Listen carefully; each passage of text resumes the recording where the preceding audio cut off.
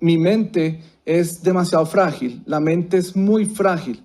Mira lo que dice el Salmo 1, dice, bienaventurado el varón que no anduvo en consejo de malos, ni en camino de pecadores, ni en silla de escarnecedores se ha sentado. Entonces, el Salmo 1 establece que la persona comienza con un consejo, escucha un consejo, empieza a darle vueltas, ¿no? Tú sabes que los pensamientos producen creencias y las creencias producen decisiones y las decisiones producen, digamos, conducta que se vuelve ya un camino de pecadores. Y si caminas mucho en el camino de los pecadores, entonces esa conducta se te vuelve hábitos y esos hábitos después se vuelven tronos, sillas, se vuelve una forma de actuar. Entonces la palabra escarnecedor significa una persona que está totalmente depravada su mente, o sea, hasta el punto ya que es capaz de burlarse, blasfemar de las cosas de Dios. Entonces la mente es demasiado frágil, es tan frágil que tú puedes ir en un bus escuchando una canción y comienzas ya a imaginarte cosas que empiezan a rondarte y si le das cabida, llega el momento en que se te vuelve un camino y si ese camino avanza, te puedes terminar sentado en la silla del escarnio, en la silla de los que tienen la mente depravada. Una mente vacía obviamente es un laboratorio para el diablo y nuestra mente tiene que estar llena. Escuché una vez a un dietista decir que somos lo que comemos. Ajá. Es decir, que si tú comes constantemente grasa, te conviertes en grasa. Si comes constantemente azúcar, te conviertes en azúcar. Dietéticamente hablando, pero creo que lo que estás diciendo ahora es que también somos lo que dejamos entrar a nuestra mente. Obviamente no es alimento biológico, pero es alimento en forma de ideas, imágenes, nos convierte en algo. Me parece muy interesante lo que estás diciendo, Luis, y te sigo escuchando. Está súper interesante. Bueno, muy bien. Entonces, el versículo 2 nos da el antídoto. Si decíamos que en el 1 estaba el problema, en el versículo 2 está el antídoto. ¿Y cuál es el antídoto contra este peligro, este virus, esta enfermedad que nos puede contagiar muy fácilmente en nuestra mente? El antídoto es ocupar tu mente en la meditación. O sea, la meditación es la provisión divina para mantener ocupada la mente y, como tú decías, nutrirnos de la verdadera fuente que es la palabra de Dios. La meditación de la palabra es nutrirnos de nuestro ámbito de creación. La palabra de Dios es la que nos sostiene. Por eso dice el Salmo 1, versículo 2, dice, sino que en la ley de Jehová está su delicia, y en ella medita de día y de noche, ¿no? O sea, entonces esta persona, en lugar de tener la mente vacía y estarla exponiendo a todo tipo de contenidos, está de día y de noche. Ahora piénsalo, en la expresión hebrea, de día significa desde las 6 de la mañana hasta las 6 de la tarde. Y de noche, para el hebreo, es desde las 6 de la tarde hasta las 6 de la mañana. O sea, estamos hablando de que es un asunto no solo de un tiempo, que ese tiempo devocional es súper importante, el tiempo de tener una disciplina, de concentrar tu pensamiento únicamente en Dios, pero que de ahí entonces sigues rumiando, masticando, meditando. La palabra meditar tiene que ver como con rumiar la palabra. Ahora, Itiel, una pregunta que la gente se hace es, ¿qué es meditación? Meditación bíblica es conversar con Dios sobre la Escritura. Es hacerle preguntas. Señor, ¿por qué escribiste esto? ¿Por qué dejaste esta promesa aquí, Señor?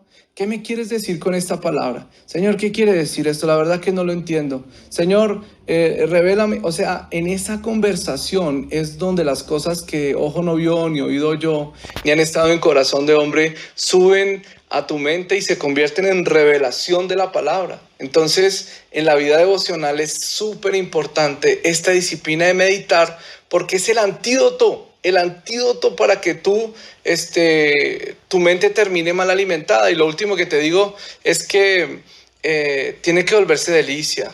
Yo creo que mucha gente lo hace religiosamente o intelectualmente y por eso se les vuelve aburrido. Se quedan hasta dormidos haciendo la meditación. Yo he visto a muchos que dicen, ay, no hay mejor forma de dormirse que con la palabra. Claro, porque dicen, en paz me dormiré y así es porque llegan y se ponen a leer por la noche y quedan así profundos, ¿no?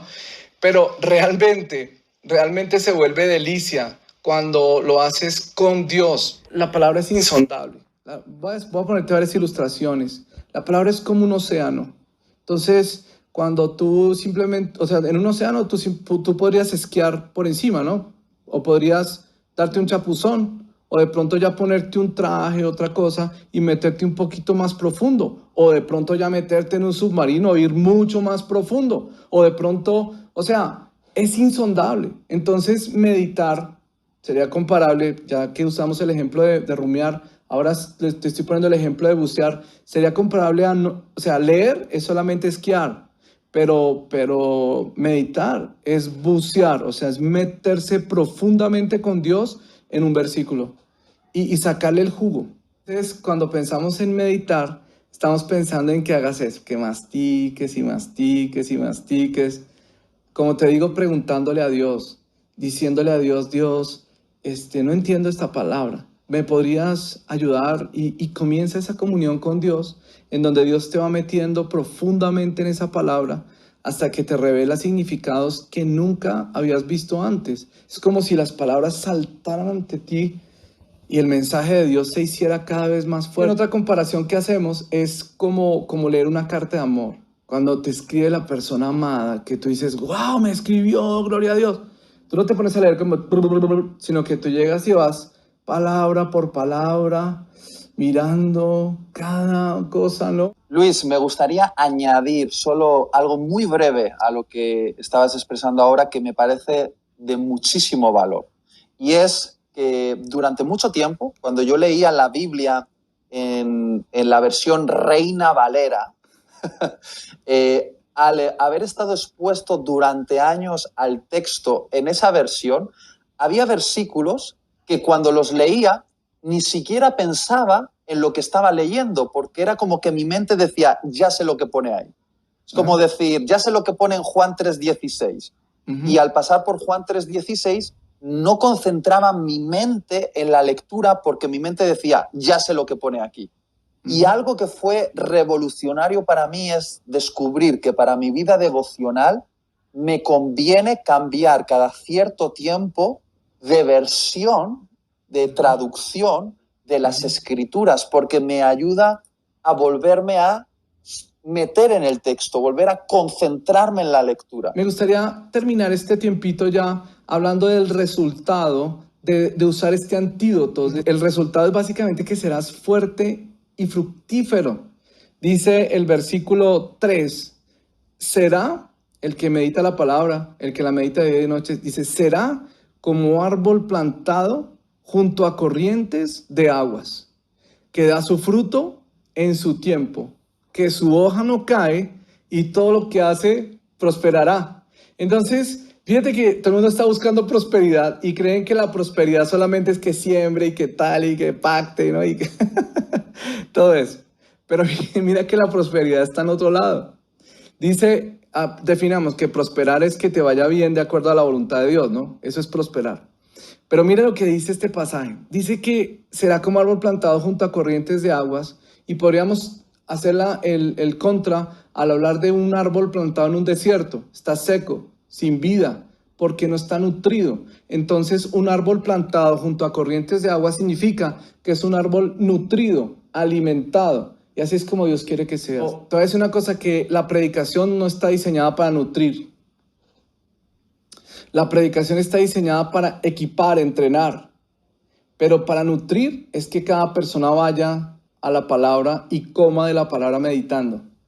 Entonces, ese es como un error. Pensamos que si yo escuchara prédicas todos los días, voy a estar nutrido. No necesariamente. Puede ser que estés entrenado, porque la función de los predicadores es equipar al cuerpo de Cristo para que cada quien haga el ministerio. Nuestra función es entrenamiento. Somos como los directores técnicos que entrenamos a la gente para que ellos sean los jugadores de la cancha. Pero la nutrición de cada jugador es que él mismo vaya a la palabra y se nutra con la palabra. Entonces, Por eso aquí la comparación de árbol plantado junto a corrientes de agua. Yo creo que mucho cristiano, mi querido Itiel, no sé si tú estás de acuerdo conmigo, mucho cristiano se contenta solo con los cultos y con los videos que ve y andan súper desnutridos. O sea, andan en un estado de inanición espiritual increíblemente grande. En cambio, los cristianos que han aprendido a hacer vida devocional y que van a la palabra y meditan la palabra, son los cristianos más poderosos, fuertes, ¿no? Dice el siguiente versículo que da su fruto en su tiempo, son fructíferos en todo lo que hacen. O sea, son gente, el Señor Jesús lo dijo, que permanecen en Él y por eso dan fruto, ¿no? Es decir, que todo lo que hacen da fruto. Dice, su hoja no cae, es decir, que no dependen de la estación. Tú sabes que hay árboles que dependiendo de la estación se les caen las hojas, es decir, que las circunstancias externas son las que marcan su vida, ¿no? Pero el árbol del que está hablando aquí el Señor es un árbol que independientemente de lo externo se mantiene siempre fuerte. Y dice, y todo lo que hace prosperará, o sea que va a estar en el centro de la voluntad de Dios y eso es finalmente lo que nos importa, que vivir, caminar en el centro de la voluntad de Dios porque ahí está nuestra prosperidad. Puede ser con riqueza o sin riqueza, puede ser con carro lujoso o sin carro lujoso, porque es que eso no es prosperidad, no necesariamente. Aquí en Colombia hay miles de narcotraficantes que tienen los carros más lindos del mundo y no están prosperados, ¿no? Ellos están más bien fuera de la voluntad de Dios. Pero la verdadera prosperidad es caminar en el centro de la voluntad de Dios. Si alguien no tiene el hábito de la lectura y la meditación de las Escrituras y te preguntase, ¿por dónde comienzo? ¿Qué le recomendarías? Sé que esto es solo una opinión, pero ¿tú qué le recomendarías? ¿Por dónde empezar? Yo le recomendaría que agarre un libro de la Biblia.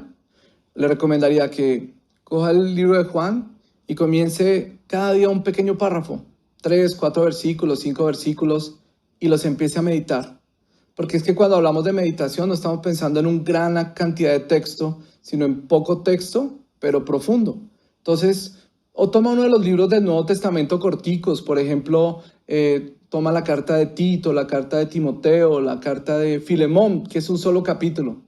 Y medítala así, poquito a poco, así te demores toda la semana meditándola.